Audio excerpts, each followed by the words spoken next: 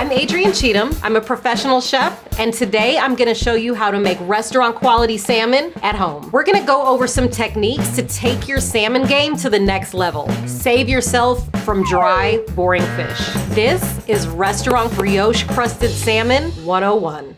There are some really easy ways to get restaurant quality fish dishes at home that don't require a ton of work. My favorite is making this brioche crusted fillet of salmon. One of the biggest challenges with cooking salmon at home is overcooking it. This recipe helps buffer the heat and makes it a little bit more forgiving. You don't have to worry as much because the bread will give you a lot of flavor contrast. It'll give you some of that buttery richness to make up if the fish is a little bit dry. This is something that we used to do in restaurants when we were cooking for large parties. It's crunchy, it's delicious, and that is the beauty of this particular technique. Your fish should always be cold until you're ready to cook it. You never want to let your fish fluctuate in temperature because that can contribute to it breaking down and spoiling a lot faster. This is straight out of the refrigerator. I like to season my fish a couple of hours before I'm gonna work on it. The seasoning will start to seep in to the fish itself. It'll also pull out some of the excess liquid and help the flesh kind of tighten up a little bit. It's just one of those pro tips that help make things just a little bit better than you would normally do. I'm gonna go ahead and pop this salmon in the fridge until I'm ready to start cooking dinner. I like to use brioche because it's crisp and light when you cook it up, but it also has a little bit of sweetness. You can literally change this out for any bread. I've done this with sourdough, pumpernickel, whole wheat bread, sliced white sandwich bread. The best thing about using a whole loaf that's not sliced is that you can determine how thick the breading crust is going to be. This recipe is also a great way to use up some bread that's getting stale or not so fresh. So now that I have my two beautiful slices of brioche cut, I'm gonna place my salmon directly on top with what would be the skin side facing down. It's the flatter side of the two, so I don't have to worry about the bread not making contact with the uneven top of the salmon. You don't need to put anything on there to hold the fish to the bread. When you start to cook it, it will release that white stuff that you see coming out of salmon. That's called albumin. It's similar to like an egg white. It's just a protein, and it will make it stick to the bread itself without having to add anything else. Now I'm just lining my knife up with the edge of the salmon, and I'm trimming the bread right there. Again, cutting right alongside the bread. The fish is seasoned, it's ready to go. If you're gonna cook it right away, you can let it sit out for up to 20 minutes to come to room temperature. But if you wanna wait for an hour or so before you cook it, just go ahead and pop it in the fridge.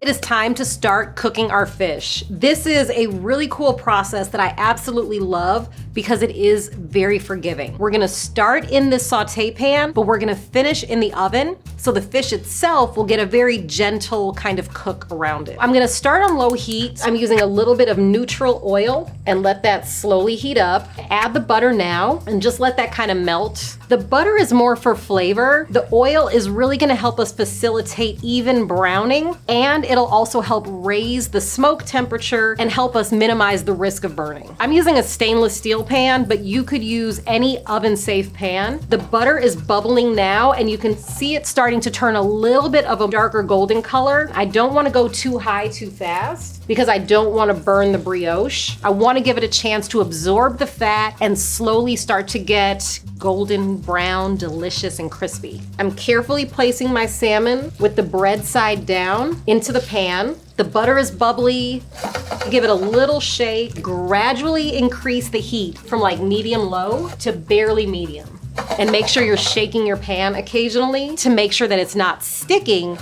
Shaking it in the pan also helps distribute the heat evenly, and you don't get a dark spot here and a light spot here. It's looking GBD. Butter is delicious, but I love a little bit of aromatic flavor. So I'm gonna add a couple sprigs of thyme to the fat and 1 clove of crushed garlic just to add a little bit more aromatic flavor to this dish while it's cooking. You can see that the bread has kind of pressed down and condensed under the weight of the salmon. Flip it now so that we don't cook it all the way on the bread side, and then we're gonna pop it in the oven. And don't worry if you get a couple of light spots, you can always flip it back over and brown it right before you take it out of the pan.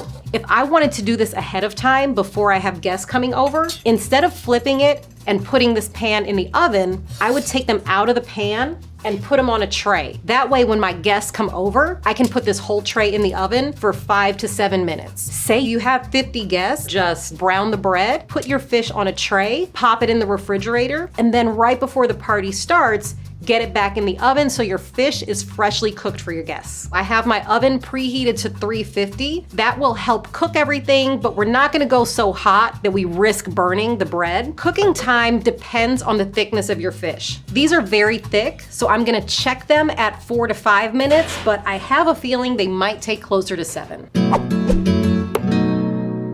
The fish has been in the oven for about 5 minutes. Let's check it.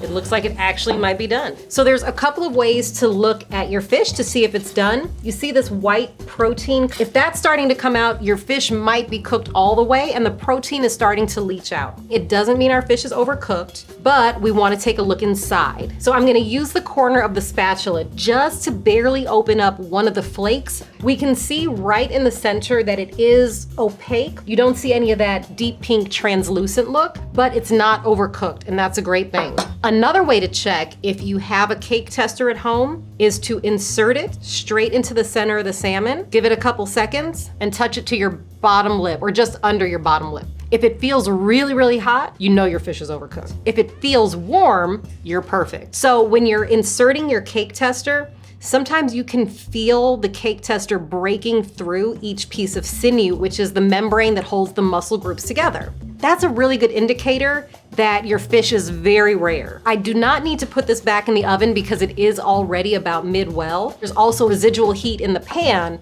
that will help carry over cook. So our salmon is cooked. It's time to get it out of the pan and onto the plate. I'm just gonna serve it with a little simple salad on the side. I mean, to me, this is very simple in terms of technique, but so delicious, very high impact, and it has that wow factor. And this is how I make restaurant quality salmon at home. Ooh, look at that crust.